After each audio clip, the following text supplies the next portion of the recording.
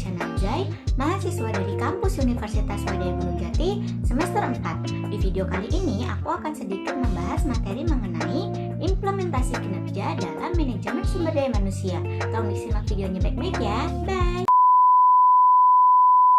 Implementasi kinerja dalam manajemen sumber daya manusia. Terdapat 3 tingkatan kinerja dalam implementasi sumber daya manusia. Di antaranya yang pertama ada kinerja organisasi, yaitu pencapaian hasil pada tingkat atau unit analisis organisasi. Kinerja pada tingkat organisasi ini terkait tujuan organisasi, rancangan organisasi, dan manajemen organisasi. Lalu yang kedua ada kinerja proses, yaitu kinerja pada proses tahapan dalam menghasilkan produk atau pelayanan. Ini dipengaruhi tujuan proses, rancangan proses, dan manajemen proses. Serta yang terakhir ada kinerja individu atau pekerjaan, yaitu pencapaian atau efektivitas pada tingkat pegawai atau pekerjaan. Ini dipengaruhi oleh tujuan pekerjaan, rancangan pekerjaan, dan manajemen pekerjaan, serta karakteristik individu menurut Ramler dan Branch pada tahun 1995. Lalu yang selanjutnya terdapat garis besar kategori arti kinerja. Menurut Bernardin pada tahun 2001 menyatakan bahwa kinerja merupakan catatan hasil yang diproduksi atau dihasilkan atas fungsi atau aktivitas selama periode waktu tertentu. Kinerja sebagai hasil bukan karakter sifat dan perilaku.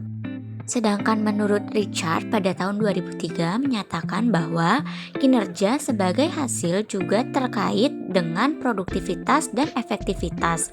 Produktivitas merupakan hubungan antara jumlah barang dan jasa yang dihasilkan dengan jumlah tenaga kerja, modal, dan sumber daya yang digunakan dalam produksi itu.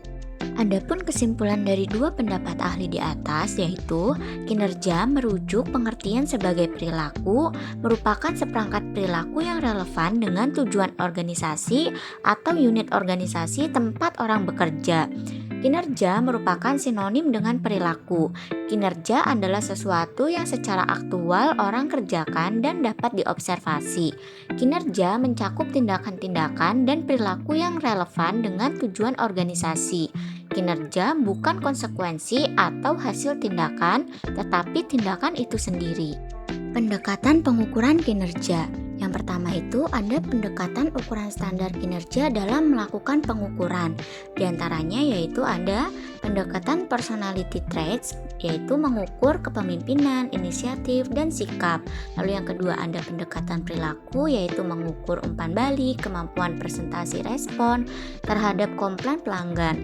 Lalu yang terakhir ada pendekatan hasil, yaitu mengukur kemampuan produksi, menyelesaikan produk sesuai jadwal, peningkatan produksi atau jualan.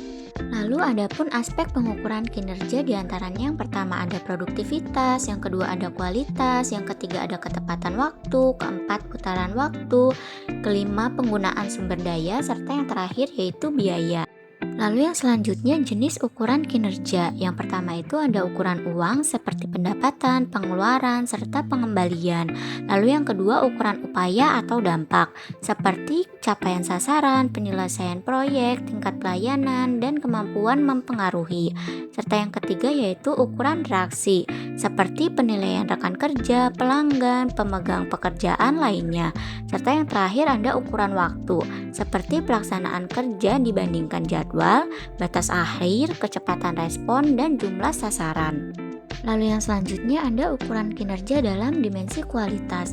Terdapat 10 ukuran kinerja dalam dimensi kualitas. Di antaranya yaitu yang pertama ada kehandalan, kedua daya tangkap, ketiga kompetensi, keempat akses, kelima kesopanan, keenam komunikasi, ketujuh kejujuran, kedelapan keamanan, kesembilan pengetahuan terhadap pelanggan, serta yang terakhir yaitu bukti langsung. Perspektif atau aspek balance scorecard dalam mengembangkan pengukuran kinerja. Yang pertama yaitu pengukuran kinerja dari aspek keuangan seperti biaya administrasi minimal. Lalu yang kedua yaitu pengukuran aspek pelanggan seperti kepuasan pelanggan dan pelayanan efektif. Lalu yang ketiga yaitu aspek proses bisnis internal seperti sistem kontrol, perdagangan efektif, memenuhi sasaran kebijakan publik, serta serta yang terakhir yaitu aspek pertumbuhan dan pembelajaran, seperti tersedianya informasi pembuatan keputusan kerja dan kepuasan pegawai.